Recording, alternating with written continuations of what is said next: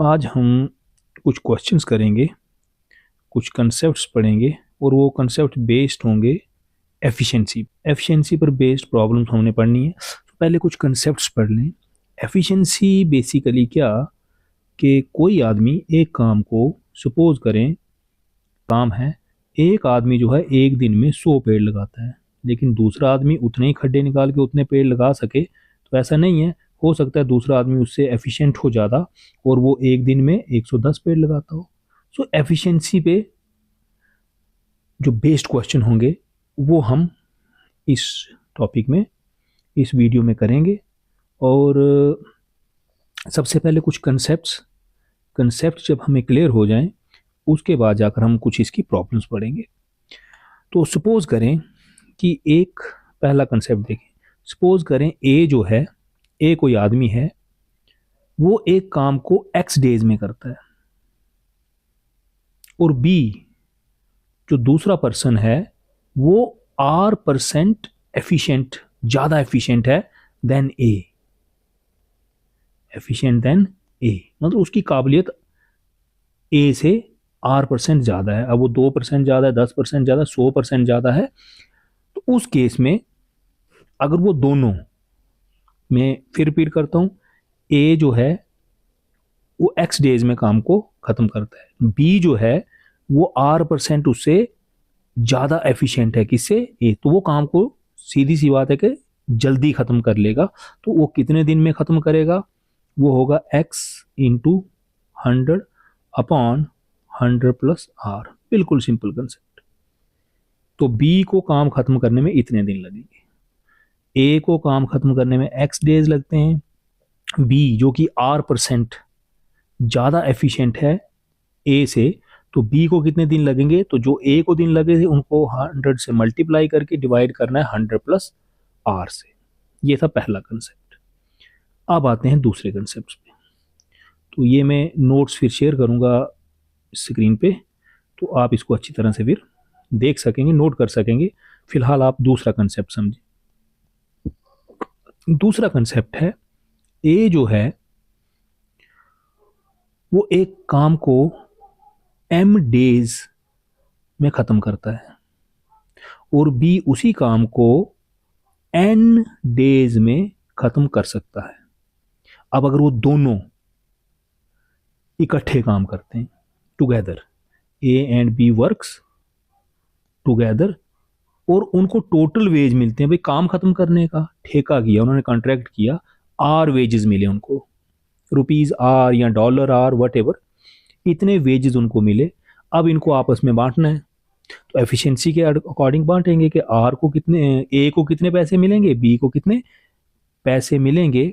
तो उस केस में जो शेयर है वो पार्ट ऑफ ए को कितना मिलेगा, तो ए जो काम को m डेज में ख़त्म करता है तो उसका शेयर होगा n upon m plus n into R, और पार्ट ऑफ बी जो काम को n डेज में ख़त्म करता है उसका होगा m upon m plus n into R।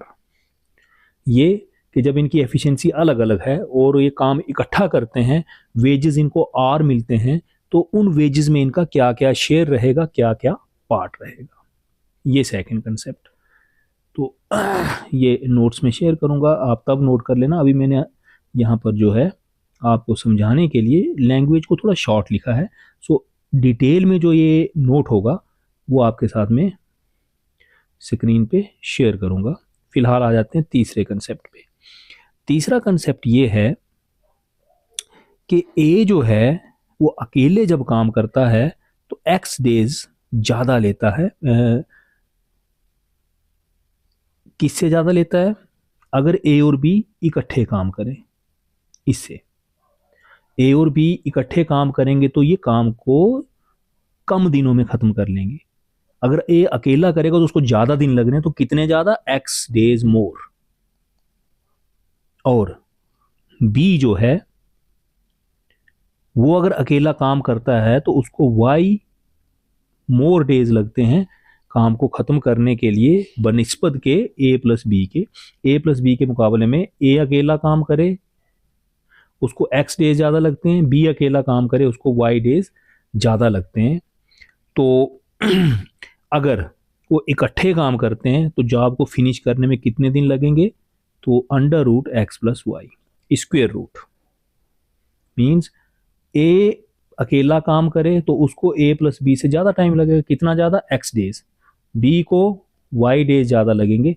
अब अगर a और b इकट्ठे काम कर रहे हैं तो कितने दिनों में ख़त्म करेंगे? तो √x × y। ये कंसेप्ट हैं। ये कंसेप्ट आपने ठीक से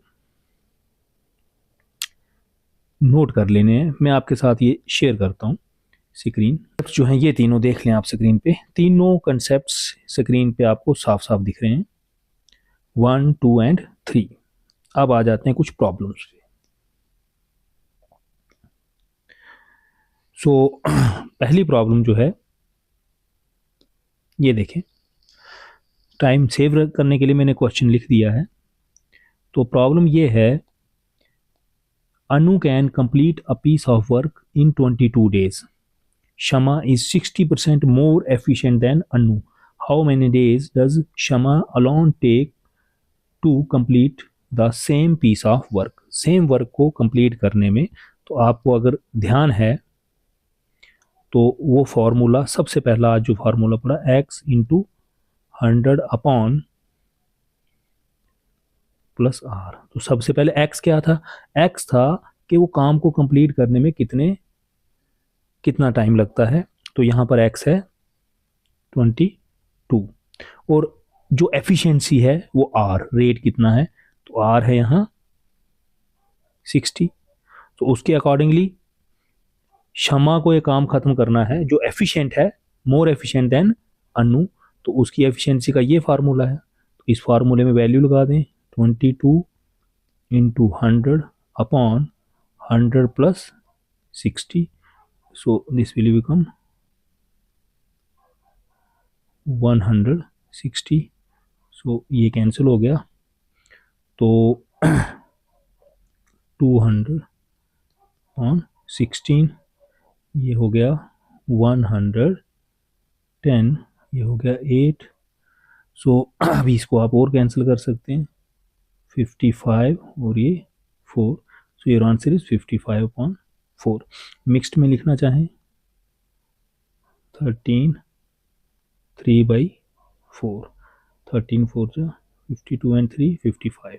ये मिक्स्ड फ्रैक्शन में आंसर, क्योंकि ऑप्शन ये एक क्वेश्चन जो है ये SSC 2021 में एग्ज़ाम में आया तो वहाँ ऑप्शन ये थी। तो मिक्स्ड फ्रैक्शन को कन्वर्ट करना आप जानते हैं, 13 3/4 जब लिखते हैं तो इसको ये होता है 13 × 4 52, 52 + 3, तो ये हो गया 55/4। ये लिखने का ढंग है।